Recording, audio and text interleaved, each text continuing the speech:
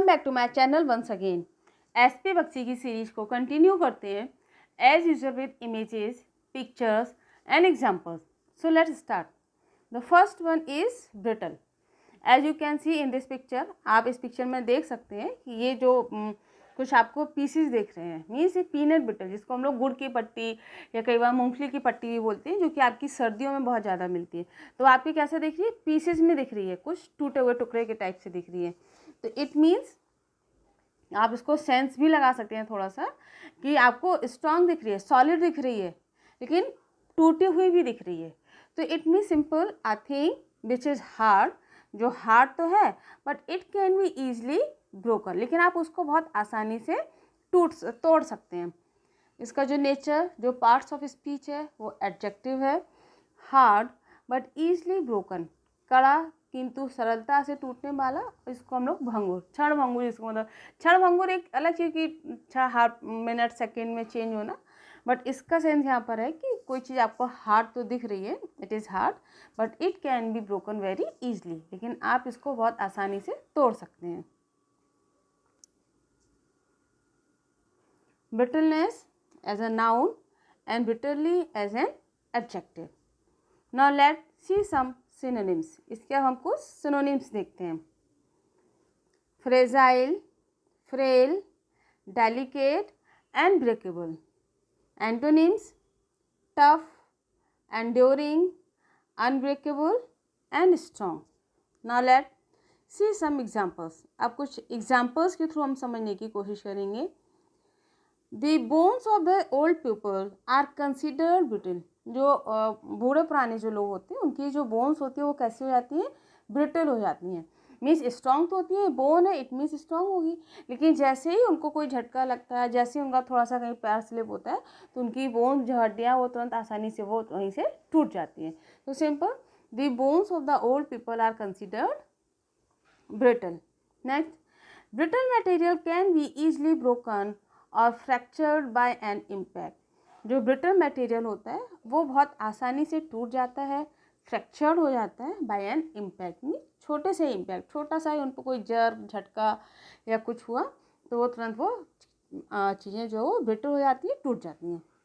Constant stress has made our nerves brittle.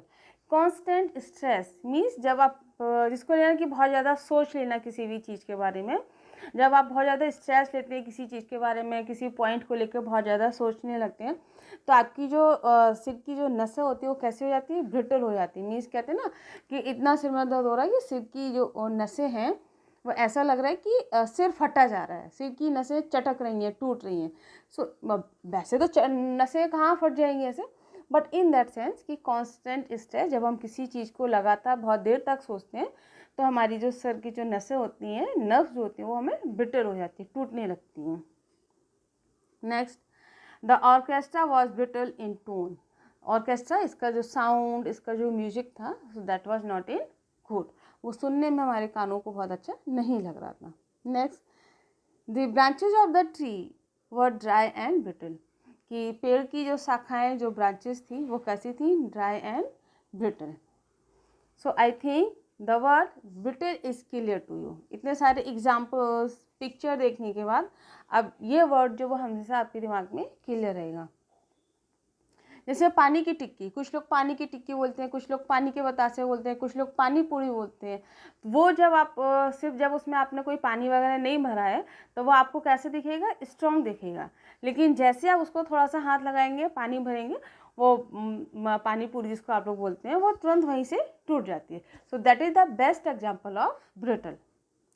Now let's C next one is blemish. Blemish word जब आप इसको 2 या 3 बार pronounce करेंगे ना, ब्लेमिश, ब्लेमिश मीन्स भाई मुझे ब्लेम मत कर, ब्लेमिश मुझे ब्लेम मत कर। तो वही चीज़ है, आपको जब कोई ब्लेम करेगा मीन्स आपको कोई पॉइंट आउट करेगा, आपके ऊपर कोई दाग लगाने की आपके करैक्टर पर कोशिश करेगा। So that is the real sense. जैसे इसमें देखिए, आप पिक्चर में देखिए, यहाँ पर ब्लेमिश ट्रीटमेंट अवेलेबल हियर। यहाँ पर जो ब्लेमिश मीन्स आपके चेहरे पर जो दाग धब्बे जो भी हैं उन सबको आपका पूरा ट्रीटमेंट यहाँ पर मिलता है। Don't forget this word. अब आप ये लोग वर्ड नहीं भूलेंगे। पार्ट्स ऑफ स्पीच, नेचर इसका जो है वो आपका क्या है, नाउन।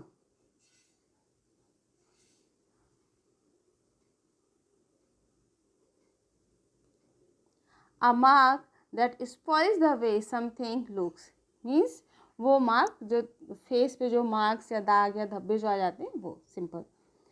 नेक्स्ट वर्ब, इसको हम वर्ब की तरह भी यूज़ कर सकते हैं। दाग या धब्बा लगना या किसी को हम कलंकित करना। फिगरेटिव मीन्स यहाँ पे जो फिगर ऑफ स्पीच होता है ना, जब आप किसी को अपनी बात को बहुत स्ट्रेस देकर बहुत इफेक्टिव वे से किसी को हम समझाना चाहते हैं, तब वो figurative means figure of speech का वहाँ वर्ड यूज होता है। Next see, the classical example of a blemish is a pimple और other mark on your skin. कह रहे हैं आपकी बॉडी पर, आपके फेस पर जो पिंपल्स आ जाते हैं ना, जिसको आप लोग मुहासे बोलते हैं, है ना, ये इसका सबसे बेस्ट एग्जाम्पल है। But you can call any small defect a blemish. लेकिन जो कुछ छोटे छोटे से जो डिफेक्ट्स होते हैं उनको भी आप ब्लेमिश बोल सकते हैं। कैसे? Like a worm hole in an apple. In an apple in the sense, यहाँ एप्पल से सेंस है कि इन एनी फ्रूट। जब आप किसी भी फ्रूट में वार्म से जो होल हो जाता है, वहाँ पे जो ब्राउन स्पॉट आ जाता है, so you can use as a blemish. और a scrap on a side of your car. जब आपकी कार में कोई स्क्रैच आ जाता है, जिसको हम लोग खरोंच बोलते हैं, you can also call it as a blemish. A flaw और फॉल्ट इन योर पर्सनैलिटी और morals can also be called a blemish. जब आपकी पर्सनैलिटी में, आपके मोरल्स में कोई फॉल्ट आ जाता है, कोई कमी लगने लगती है, मीन्स आप अपने जो मोरल्स होते हैं, आपके जो नैतिक जिसको हम लोग बोलेंगे, उनमें आपको कोई कमी लगने लगती है, तो आपको कोई पॉइंट आउट करने लगता है, so that is also a blemish. Now let's see some examples. अब कुछ एग्जाम्पल्स देखते हैं। She has a blemish above her right eye। उसकी राइट आई के ऊपर यहाँ पर एक ब्लेमिश है, यहाँ पर एक दाग है, एक धब्बा है। A mole is a blemish on a person's skin. Mole means तिल, है ना, जो ब्राउन कलर का या ब्लैक कलर का जो तिल हो जाता है ना हमारे फेस पर, बॉडी में कहीं पर भी, तो हमारे पर्सन की स्किन पर वो कैसा होता है, एक ब्लेमिश, एक दाग या धब्बे की तरह दिखता है। द पुलिस से the suspect has a slight blemish on his left cheek. Police का कहना है कि जो सस्पेक्ट है, मीन्स जो थीफ है या जिसको आप ब्लेम करना चाह रहे हैं, उसके लेफ्ट चीक पर कुछ ब्लेमिश है, कुछ धब्बा है या कोई निशान है, जिसको हम लोग बर्थ मार्क भी बोलते हैं कई बार। भाई आपका बर्थ मार्क क्या है, इस तरह से। He wasn't about to blemish that the pristine record। कह रहे हैं ही wasn't about to blemish, कह रहे उसको ब्लेम किया जाना था या वो ब्लेम होने ही वाला था, दैट pristine record, अपने उस pristine रिकॉर्ड के लिए। pristine record means good condition, pristine a fresh and clean as if new. जब कोई भी चीज़ आपकी पुरानी होती है बट उसकी कंडीशन आज भी नई की तरह होती है, तब हम उसको pristine बोलते हैं।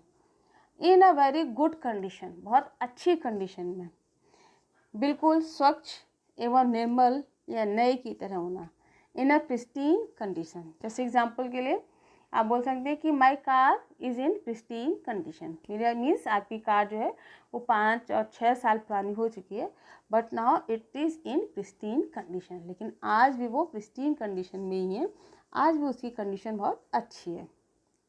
Next, he was pilloried but she escaped without blemish। he was pilloried, pilloried means होता है किसी को कंडेम करना, किसी की निंदा करना, but she escaped without blemish.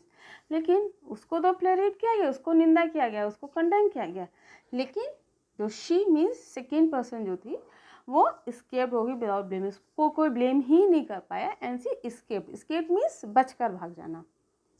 So I think the word blemish is clear to you। Examples देखने के बाद ब्लेमिश, आपने जो पिक्चर देखा उसका क्रीम का जो ऐड देखा था क्या, ब्लेमिश ट्रीटमेंट इज हियर, है ना, तो अब आपको ये ब्लेमिश वर्ड कभी कंफ्यूज नहीं करेगा, आप कभी उसको भूलेंगे नहीं। Now let's see some synonyms.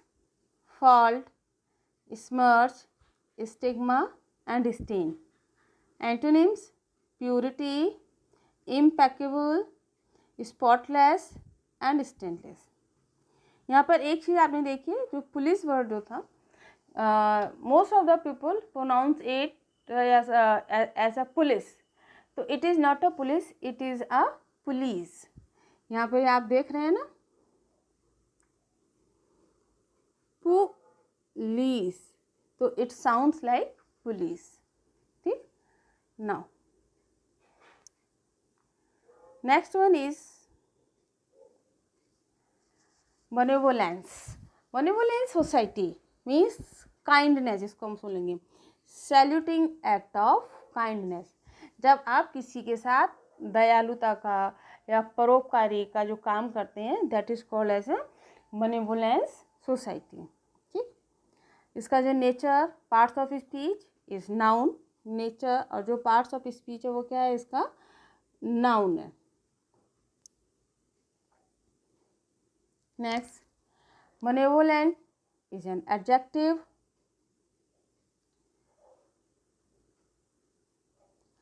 Formally, especially of people in authority, kind, helpful, and generous. Benevolent, smile, attitude. Belief in the existence of a benevolent God. A benevolent dictatorship, ठीक, used in the names of some organizations that give help and money to people in need.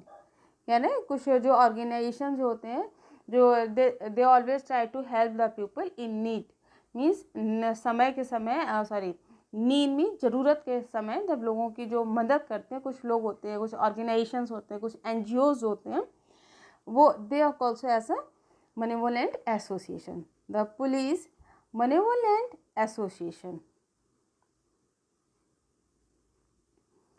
Benevolently is adverb, in a kind, helpful or generous way, smiling benevolently. Now next, benevolence synonyms: humanity, generosity, charity and liberality. Antonyms: malevolence, inhumanity, malignity and kindness. For examples, कुछ examples देखते हैं. To remove ignorance is an important branch of benevolence. Politeness is benevolence in small things. Politeness means softness होना. Next one is the benevolence of life is expressed through us as love and compassion. Next one is the company has a record of benevolence to good cause. Shivans appreciated Ayan's benevolence as he shared favorite chocolate with him. Shivansh ने अपने भाई को बहुत ज़्यादा appreciate किया क्योंकि उसने अपनी फेवरेट चॉकलेट उसके साथ शेयर की. So now the word benevolence is clear to you. Next one is blame. See in this picture, आप इस पिक्चर में क्या देख रहे हैं कि everyone is trying to blame everyone. हर कोई हर किसी को ब्लेम करने की कोशिश कर रहा है, उसको पॉइंट आउट करने की कोशिश कर रहा है. ये तो इट्स वेरी नेचुरल. ऑफिस में अगर आपके सीनियर हैं, आपके बॉस हैं, वो आपको ब्लेम करने की कोशिश करेंगे, आप अपने से जूनियर को ब्लेम करने की कोशिश करेंगे. हर सीनियर हर जूनियर को ब्लेम करता है. घर में भी जो या एल्डर ब्रदर, एल्डर सिस्टर्स या जो भी फैमिली मेम्बर्स होते हैं, तो वो अपनी मिस्टेक को अपने किसको ब्लेम कर देते हैं, अपने से छोटों को ब्लेम करने की कोशिश करते हैं most probably. Next one is इसका जो नेचर, इसका जो पार्ट्स ऑफ स्पीच है वो आपका क्या है, वर्ब. उसको हम वर्ब की तरह यूज करते हैं. टू थिंक और से that a certain person or thing is responsible for something bad that has happened. किसी व्यक्ति या वस्तु को उसकी गलती या जिम्मेदारी के लिए दोषी ठहराना. Next, to think that somebody is not wrong to do something, to understand somebody's reason for doing something. किसी को दोष ना देना बल्कि उसकी जो व्यवस्था, उसकी जो मजबूरी है उसको समझने की कोशिश करना. इस सेंस में भी हम इसको यूज़ कर सकते हैं. I can't blame you for feeling fed up. Fed up feel होने के लिए मैं आपको ब्लेम नहीं कर सकता. Use as a noun. इसको हम एज अ नाउन की तरह भी यूज कर सकते हैं. Responsibility for something bad. He must take blame for this worse situation. उसको अपनी इस वर्स सिचुएशन के लिए ब्लेम करने की जो रिस्पॉन्सिबिलिटी है उसको वी मस्ट टेक ब्लेम. हाँ, उसको इस वर्स सिचुएशन के लिए हमें इस ब्लेम का जो है वो अपनी जिम्मेदारी हमें उसकी लेनी चाहिए. Now let's see some synonyms. Synonyms.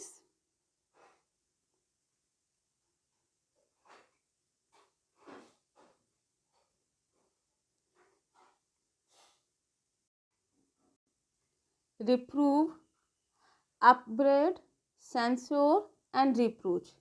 Antonyms: commend, applaud, laud and praise. Now let's see some examples. कुछ examples देखते हैं. There are no winners in the blame game. इस blame game में मैं आपको blame कर रहा हूँ, आप मुझे blame कर रहे हैं, तो इस blame game में कोई भी winner नहीं है. मीन्स हर कोई एक दूसरे को blame करने की कोशिश कर रहा है, तो winner कौन है? कोई भी नहीं है. Ayans broke the window, but Shivans got the blame. Aayansh ने तो विंडो तोड़ दिया है, लेकिन उसका जो ब्लेम जो मिला है वो किसको मिला है? शिवांश को मिला है. Shivansh wouldn't blame Aayansh. शिवांश जो है वो आयांश को ब्लेम नहीं करेगा. Aayansh wants to blame Disha. Aayansh जो है वो दिशा को ब्लेम करना चाहता है. Next, Vandana is not blaming anybody. Vandana जो है वो किसी को ब्लेम नहीं कर रही है. So now I think the word blame is clear. अब आपको जो word blame जो है वो आपको clear हो चुका है. Now the next word is bleak. ये जब आप ये word bleak देख रहे हैं तो इसमें आपको क्या समझ में आ रहा है? इस bleak word में आपको कुछ लग रहा है कि समझ में आ रहा है? कुछ भी आपको इसमें clear दिख रहा है क्या? नहीं दिख रहा है. So now the sense is clear. Bleak means खराब, बुरी, निराशापूर्ण, होपलेस. इसका जो नेचर, इसका जो पार्ट्स ऑफ स्पीच है वो क्या है आपका? एडजेक्टिव. आप जब भी इसको यूज करेंगे एज एन एडजेक्टिव की तरह ही इसको यूज करेंगे. Used about a situation, bad, no encouraging और होपफुल. चलिए इस एडजेक्टिव के साथ इसके कुछ हम एग्जाम्पल्स देखते हैं. Bleak future, a bleak situation, a bleak hotel room, a bleak word, bleak outlook, a bleak assessment, a bleak picture, a bleak condition, a bleak programme. A bleak person, a bleak person documentary, a bleak prognosis. Actually prognosis means किसी भी चीज़ के बारे में पूर्वानुमान लगाना, उसके बारे में पहले से कुछ जजमेंटल होना, कुछ डिसीजन देना. So it can be use in two sense. आप जो ये जो प्रोग्नोसिस वर्ड है आप इसको बेसिकली दो सेंस में या टू सेंस में आप इसको यूज कर सकते हैं. The first one is in medical, means an opinion based in medical experience. डॉक्टरी अनुभव के आधार पर रोग का पूर्वानुमान लगाना या पूर्व लक्षण बनाना. मीन्स अगर आप डॉक्टर हैं या तो आपको एक्सपीरियंस है तो आप किसी पर्सन को आप उसको देख कर बता देंगे कि आपके ये लक्षण है, आपको ये सिम्टम्स दिख रहे हैं, तो इट मीन्स आपको ये प्रॉब्लम हो सकती है. So that is also called a prognosis. But second form में जो नॉर्मल लैंग्वेज में, हम फॉर्मल लैंग्वेज में जो सबके लिए जो यूज़ कर सकते हैं, a judgement about how something is likely to develop in the future, कि किसी के बारे में ये हमें जजमेंट देना कि फ्यूचर में ये चीज़ किस तरह से डेवलप करेगी, किसी के भविष्य के बारे में ये बताना, जजमेंट करना। For example, the prognosis is for more people to work part time in the future, कि फ्यूचर में, भविष्य में लोग जो हैं वो ज़्यादा इम्पोर्टेंस किसको देंगे, पार्ट टाइम जॉब को देंगे। ठीक है, तो इस तरह से प्रोग्नोसिस वर्ड जो है वो इट मीन्स किसी के बारे में पूर्वानुमान लगाना या किसी के बारे में कोई फ्यूचर जनरेशन के फ्यूचर डिसीजन देना। ठीक, so I think the prognosis word is clear and bleak adjective आपको कैसे यूज़ करना है वो भी आपको क्लियर हो गया। Used about a place cold empty and grey, किसी प्लेस के बारे में आप इसको यूज़ कर सकते हैं, जैसे बहुत ज़्यादा सर्दी पड़ रही है, लद्दाख में अगर आप देख लीजिए, है ना, कोल्ड डेजर्ट। राजस्थान में चले जाइए, हॉट डेजर्ट। तो इस जगह पे जहाँ पे बहुत ज़्यादा सर्दी पड़ रही है, बहुत ज़्यादा उजाड़ है या धूसर वर्ड जिसको हम लोग बोलते हैं, तो in that sense also you can use it. The bleak Arctic landscape, bleak wind, bleak weather, bleak plain, bleak soil, bleak December evening. ठीक, bleakness is a noun. The fact of giving no reason to have hope or expect anything good. Means उसके पास कोई hope नहीं है, वो completely निराश है, क्योंकि उसके पास कोई रीज़न नहीं है कि वो उसकी होप क्यों हो, कोई रीज़न भी तो उसको दिखना चाहिए।